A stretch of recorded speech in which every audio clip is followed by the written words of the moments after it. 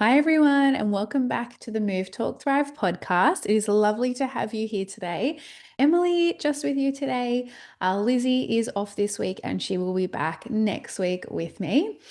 We have some exciting things lined up with some exciting guests and more topics to come. But today you have me with you to talk for the next 20 to 30 minutes or so about support. And so I want to talk specifically about what does real support actually look like for a new graduate in their first year out from uni. So this could be for a speech pathologist, exercise physiologist, or allied health professional. Obviously, me being a speechy, I'll probably in the episode mention speechies a few times, but I am talking about allied health professionals in general. I think it's easy to think that support just means having someone around in your workplace to ask questions or a supervisor to sign off on your hours. But true support, what I have learned over the years, goes much deeper.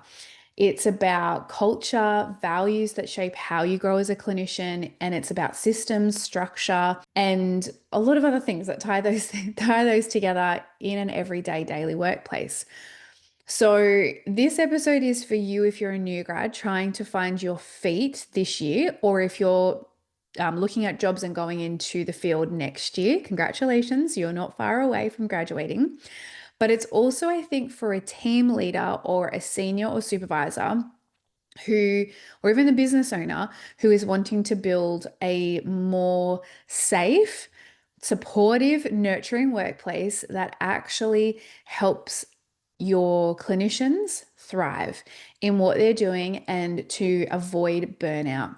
So, this episode will help you recognize what to look for, what to avoid if you're running the workplace and setting it up.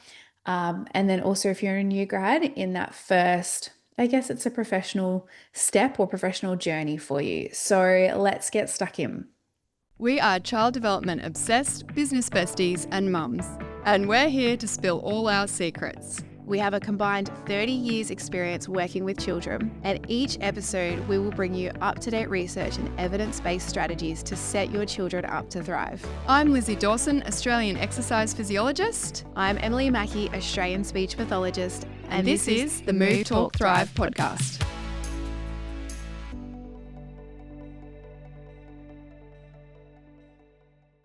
Okay, so normally I ask Lizzie how she's going, but I can tell you what I've been up to this week or even today, really.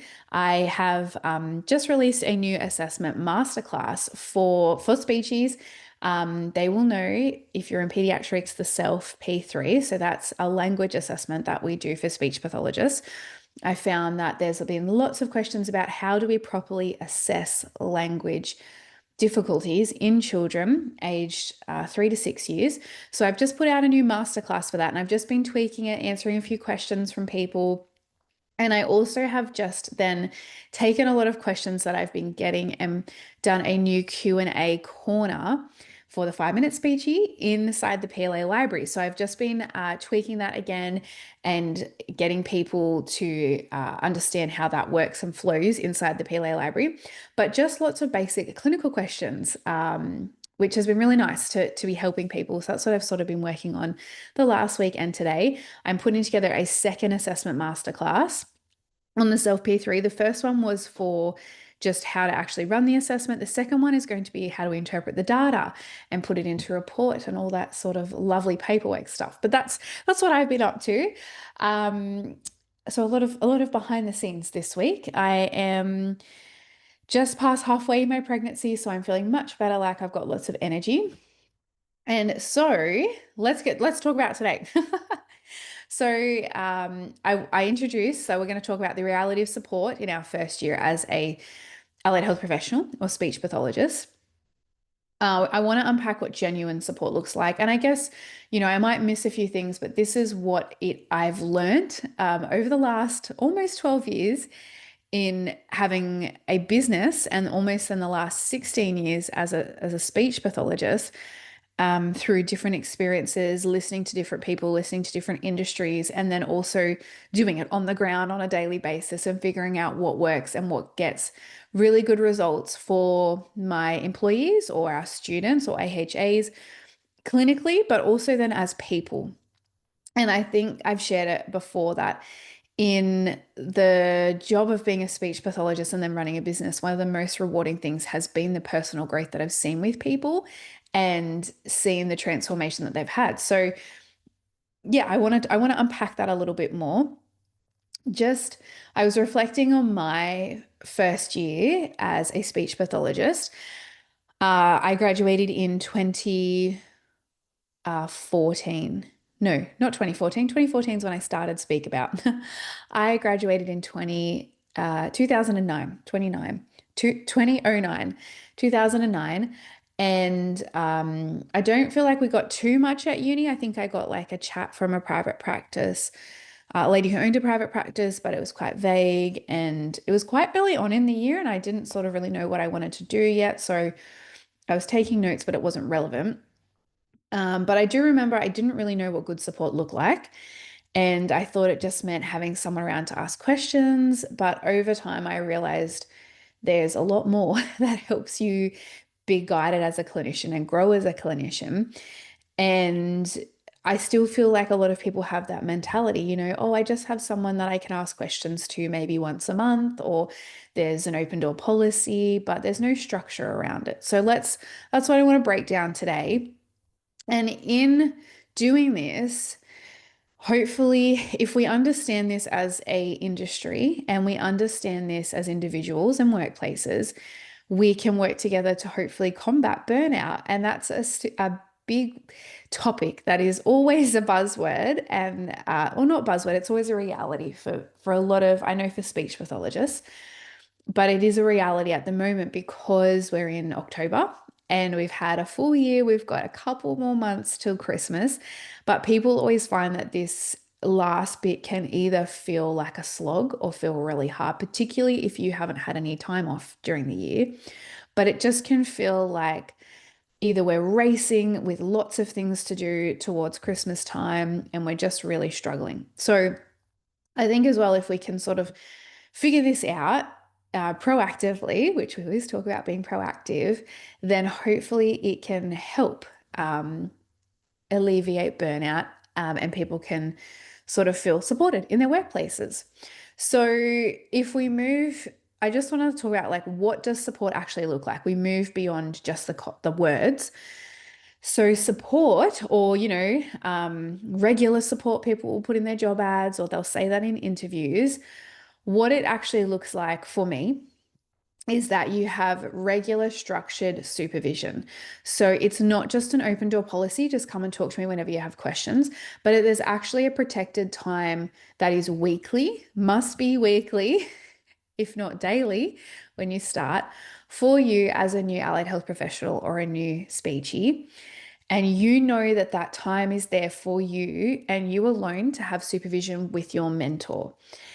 It's very different to have an open door policy because an open door policy, there's no structure there, there's no consistency there unless you initiate it. And sometimes you may be feeling like a little bit timid to initiate with an open door policy, or you don't want to be a burden, or you don't want to be asking too many questions, or you don't know how much time you have. So that's why I'm saying the open door policy, while it has its perks, down the track, socialization and chatting to other species, you must initially have a regular structured supervision time. And so when you start, that may look like a daily thing, depending on what you're learning and what you're doing and how that caseload is being built and growing and how that starts and what that supervision is looking like. But the bare minimum, it should be weekly. So that's something there that is a must. And at Speak About, in our regular structured supervision weekly, what we do is we will go through clinical questions, clinical areas. There's so many areas that new guys need to learn as speech pathologists. I think I've talked about that before. We target speech, sounds, stuttering, language, and you've got early language, preschool language, school age language. We've got social difficulties that we work on, feeding, voice, and then all of the things that come with school age children. So all of the literacy type skills. So we have lots of clinical areas that we work on. This is in private practice. If you are in a hospital, it might even be even more. If you're in a school environment, it's then also figuring out all the school curriculum. So there's more to that as well. So supervision should look like, working and teaching in clinical areas, but then also going through session plans, going through progress notes, reports, and, having that consistent person who is with you in that journey so that they can see that growth in you and start to understand the supervision that you need.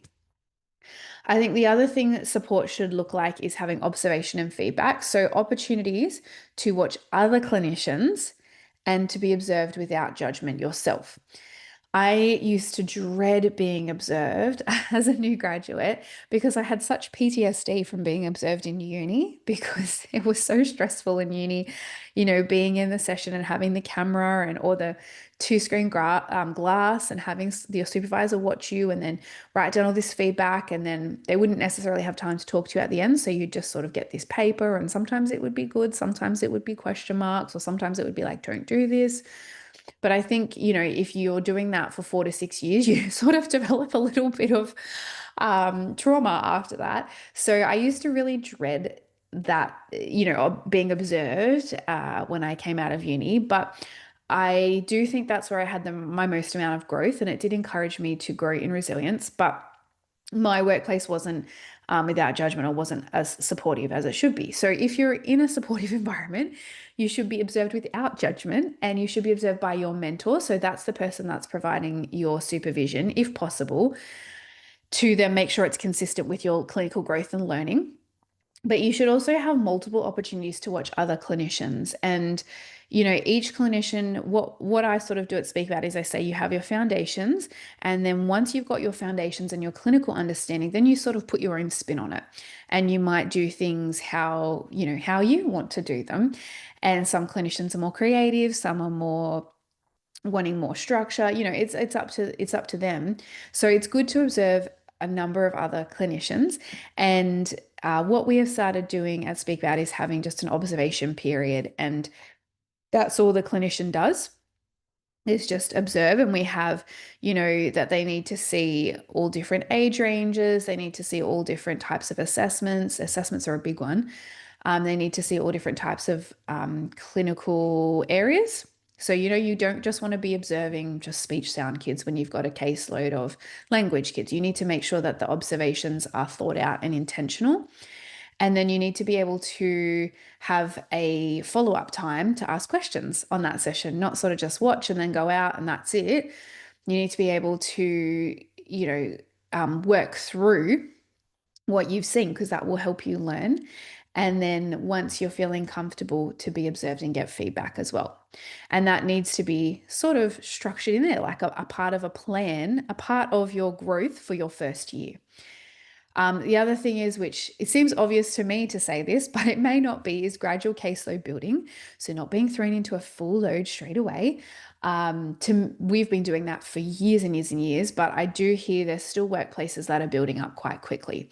Everyone has different numbers in terms of, even a school job or an NDIS role or a private practice role. Everyone's got different expectations put on them, which should be very clearly stated in the interview and in your contract of what's expected for face-to-face hours and non-face-to-face hours.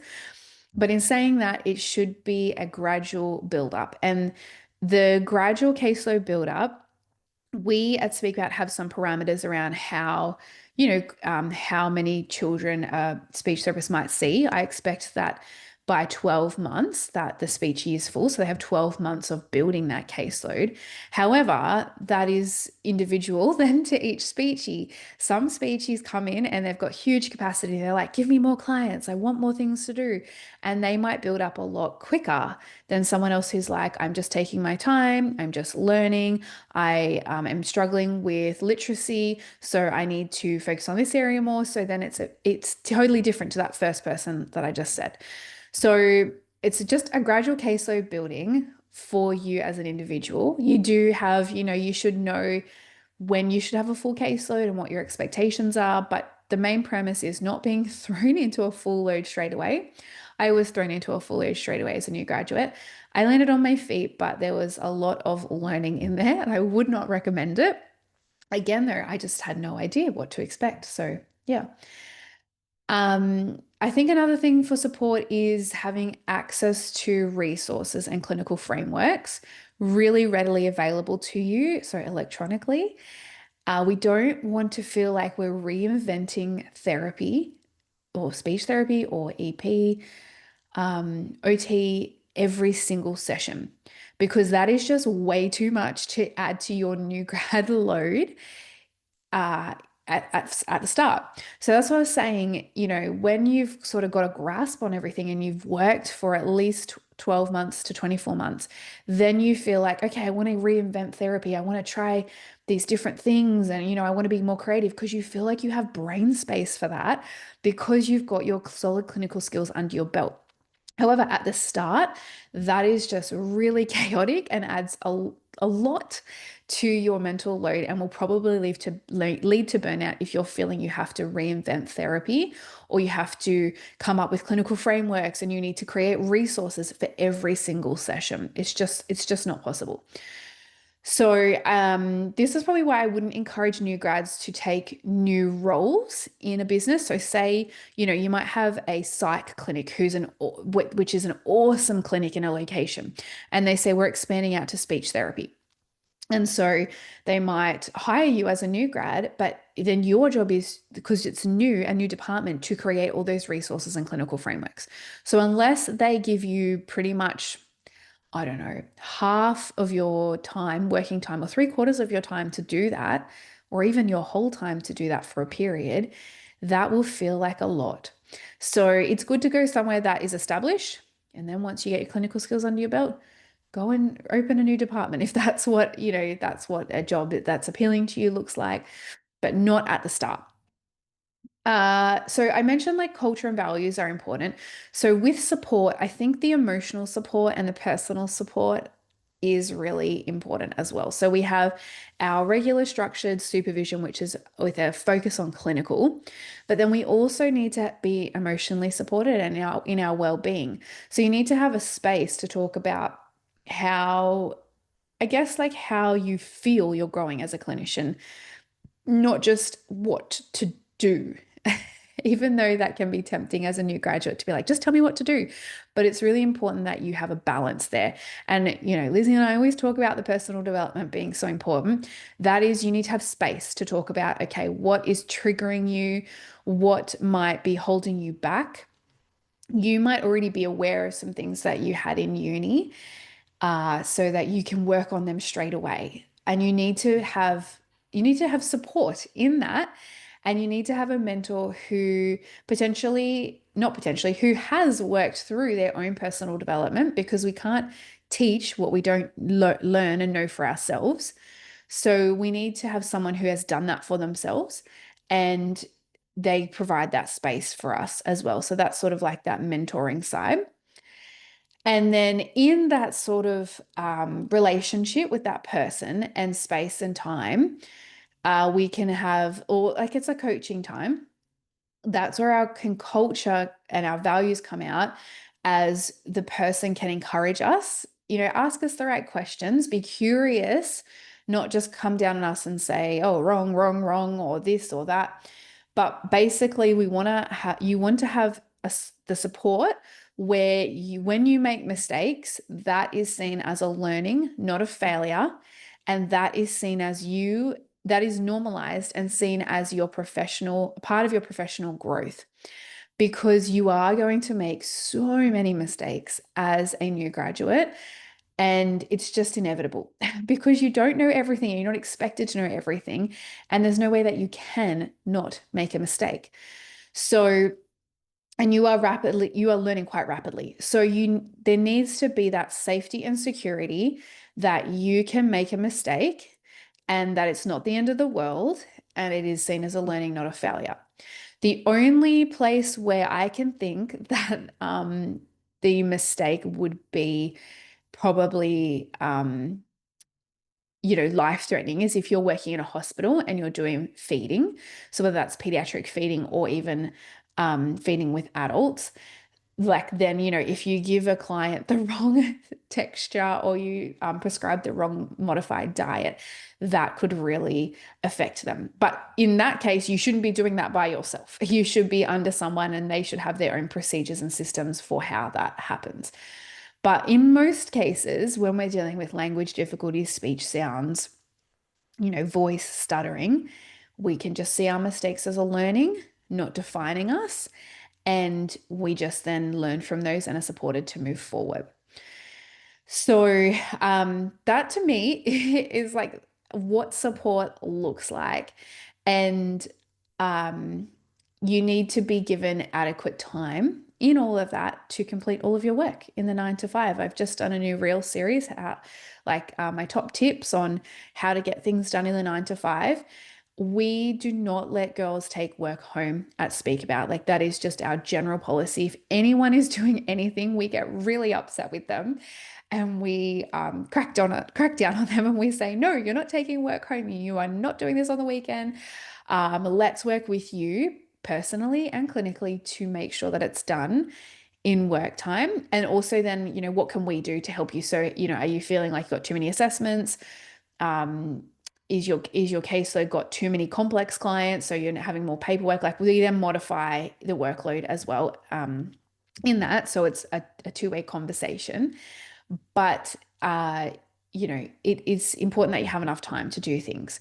So if you are graduating this year and going into a new graduate position, this is what you're looking for with support. If you're a new grad listening now, I want you to just sort of reflect on what support you have received this year.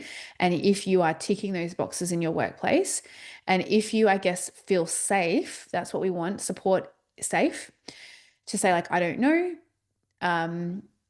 Because if you can go to your mentor and say, I don't know, then in your structured time, then that's a real indicator that you feel comfortable, vulnerable, and you're going to be heard and helped. And then obviously, if you're a business owner, these are the systems that you can put in place to help someone. Probably the things that I would avoid. Because a lot of job ads say you get some regular support. A lot of people will say you get regular support. The things that probably wouldn't sit well for me and would be potential red flags for someone who's saying they give support when it probably isn't really support would be someone saying you can come to me at any time, like an open door policy, but there's no protected structured time. There's nothing actually locked in on a daily or weekly basis when you start. So that's probably a little bit of a red flag to me. If you're being given a really complex caseload early on as a new graduate, and a large caseload early on, that's probably a little bit of a red flag because complex children take a lot of time to learn how to do. So you need to be seeing a mix of children, or you need to be having like a lot of PD to be able to see those complex children early on. Another thing is, which I love systems, we've done a podcast episode on systems, is having no clear induction or training systems in the workplace that you're going to. And it's sort of like, okay, we've got support for you, but there's no sort of plan given to you. And I cannot fathom a world like that because I'm such a systemized person. And at Speak About, we have very clear induction procedures, and we've just rehauled it all this year as well because we're always trying to get better at it. But we have a lot of clear training systems. So if that's not there for you, that would be, I guess, an indication that support isn't really support. And if you're having supervision, but it's only um, to check off admin, not development, and it's just to check off and saying, like, have you done this? Have you done this? Have you done this? Have you done this? Oh, okay. If you haven't done this, look at this. Right? It's not actually spending quality time with you. It's just sort of telling you, giving you a checklist or telling you what to do. That's not development. That probably would be an indicator that support isn't really support, potential red flag. And the biggest other red flag for me is where looking at a culture where burnout is normalized, or overworking is normalized, or taking work home on the weekend is a normal thing. Doing notes outside of your work hours is a normal thing. And you talk to people in the workplace and they're just like, that's the way it is. I'm happy to do that. Even if people aren't burnt out by it, but they say, I'm happy to do that. That's what we do. If that is normalized, then that's when support isn't really support. And that would be a huge red flag for me. Like I said, sometimes I'm just sort of going through this with you guys because sometimes you don't realize that things are a red flag because it may be your first job and you're feeling overwhelmed with the whole recruitment process, or you may be feeling like, oh, I'm not sure because I'm new. But often these things are a sign that the systems around you aren't, they're not built well. If burnout's normalized, if you're just having to do checklists, no clear inductions, open door policy only, it's probably that's a sign of you not going to get the support that you need to really thrive and grow. So, the other thing, I guess, that people are trying to weigh up with the support is just some alignment around like the pay and the perks. And I think it's just having an understanding of what you need financially and what you want perk wise in your workplace or from your workplace, and just making sure that's aligned with you and going to be aligned with your personal and clinical growth.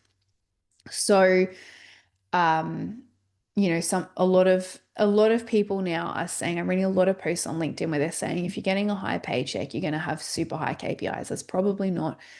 If you've got super high KPIs, it takes out the time for all the things that I talked about, having supervision and having support, having emotional time for personal support and observation.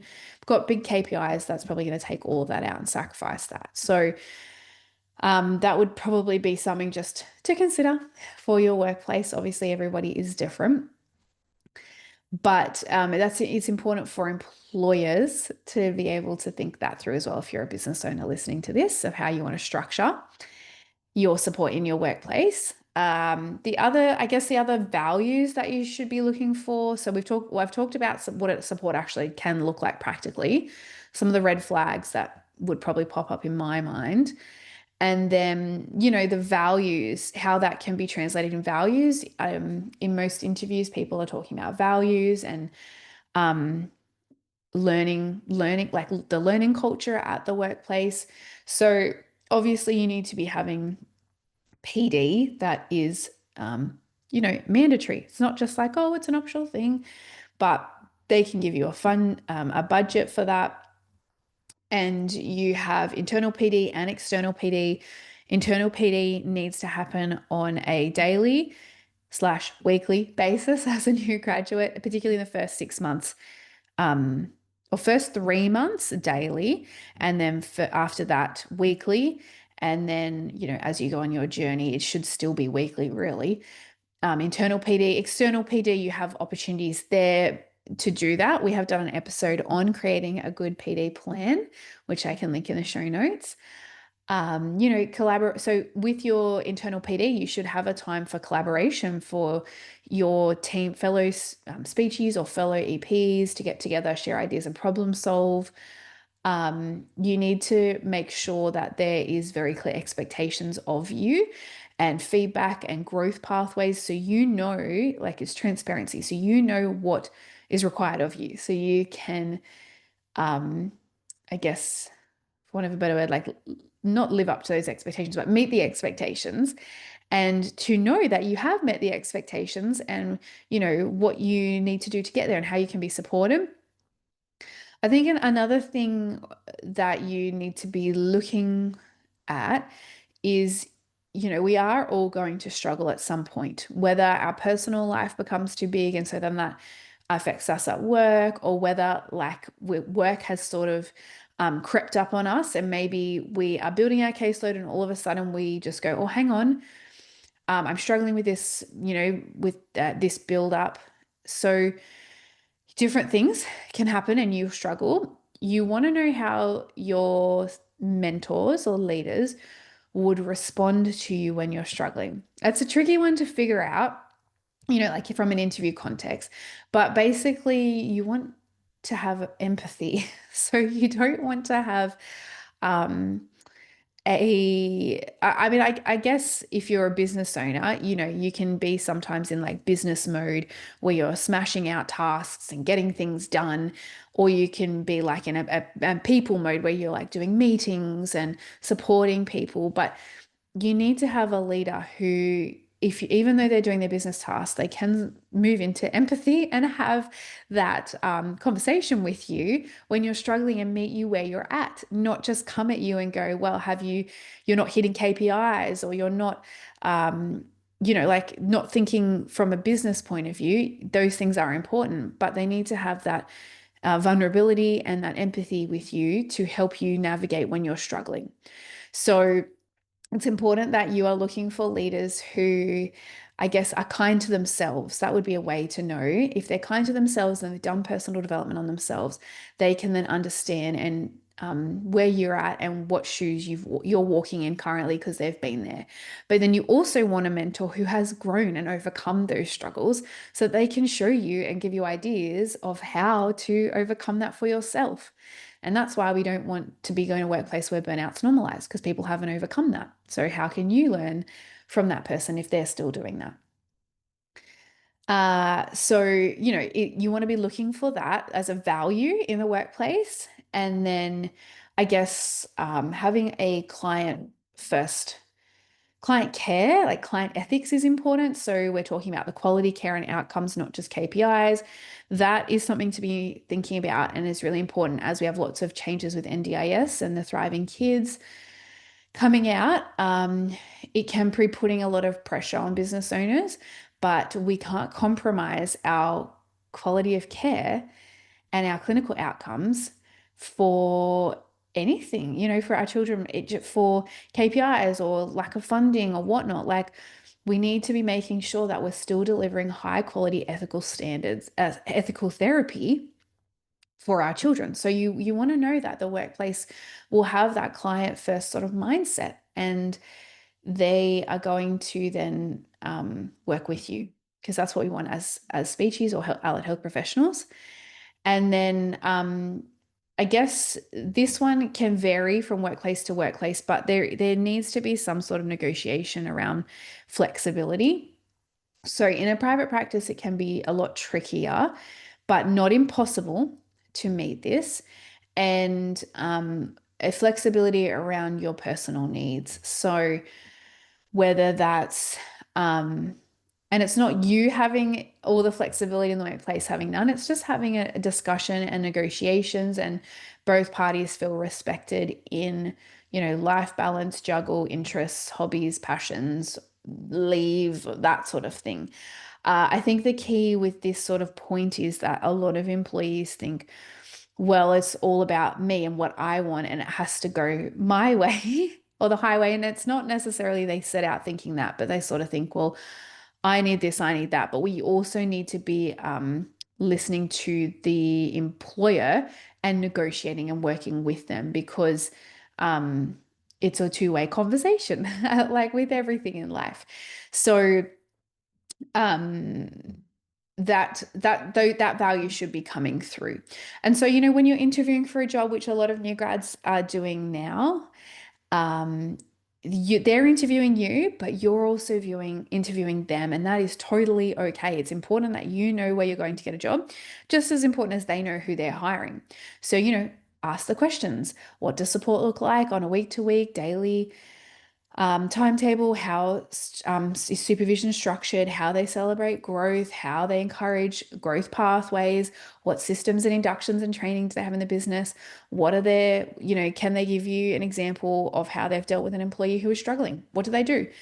They don't have to reveal confidential sources or anything, but, or even if they have a situation, what would they do in that? So, yeah, lots of little things to think about there of what support actually looks like in a workplace. And I guess as well, like you build support over time through the other people in your workplace, through relationships, through having boundaries, with your time and things like that. And then also just through clear communication. We often have to work with admin. We're not just working with allied health professionals. So we're working with admin, doctors, teachers, educators. We're working with other allied health professionals. So we need to have that communication as well. So support isn't just a given thing, even though all those things are there, but it is also built over time as well in that new graduate year. So it's important that we have the systems there to help us build that support. So I hope that this conversation has helped you to reflect on what support really means, not just ticking boxes, but it is important that you feel safe to learn.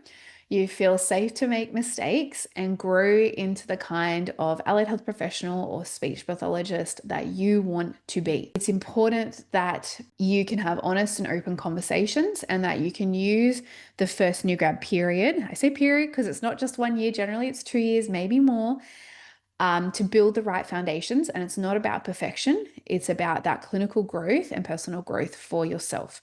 And it's important that you find and choose a workplace that aligns with who you want to become, not just where you can get a job quickly or not just where you can get a higher grade of pay first year out, because you want to build a solid career where you are successful and you are in the career for the long run, for the long haul, and not getting burnt out. And if you're a clinic owner or a leader, I hope that this has helped you maybe give you some practical tips on how you can support your new grads, how you can create an awesome program for them and support system for them in your workplace. And I think it's really important that as all allied health professionals, we know that we should be aiming to thrive, not just survive, even though that sounds super cliche. But a lot of allied health professionals are just surviving. And that's just not a great way to live, is it? We want to be thriving and in loving our careers and loving our lives and being the best version of ourselves in our workplace and also then outside at home for our families and friends and those who are important to us. So that is it for me today. If you have found this episode helpful, I would love it if you could share it with a peer or a new graduate or a fellow business owner who may need a little bit of encouragement right now or some support or help. I do have an ebook on my website for new grads, and it's called, I've got 7 tips on how to thrive in your first year, not just survive, and how to be a confident and successful speech pathologist. So you can find that. I've got a bit more information on that in my ebook. And then as always, you can find, like I mentioned, I've got like my new assessment masterclass and resources to help you with your clinical side of therapy, and always help you. And you can always send me and Lizzie a message if you want more information on any help on anything. So until next week, I hope that this gives you lots to think about. Keep reflecting, keep pushing forward. If you're about to graduate, keep going. You've got this. And if you're working, keep showing up for yourself and your clients and make sure that you're doing the best job and being the best that you can be. I will talk to you soon. Enjoy the rest of your day.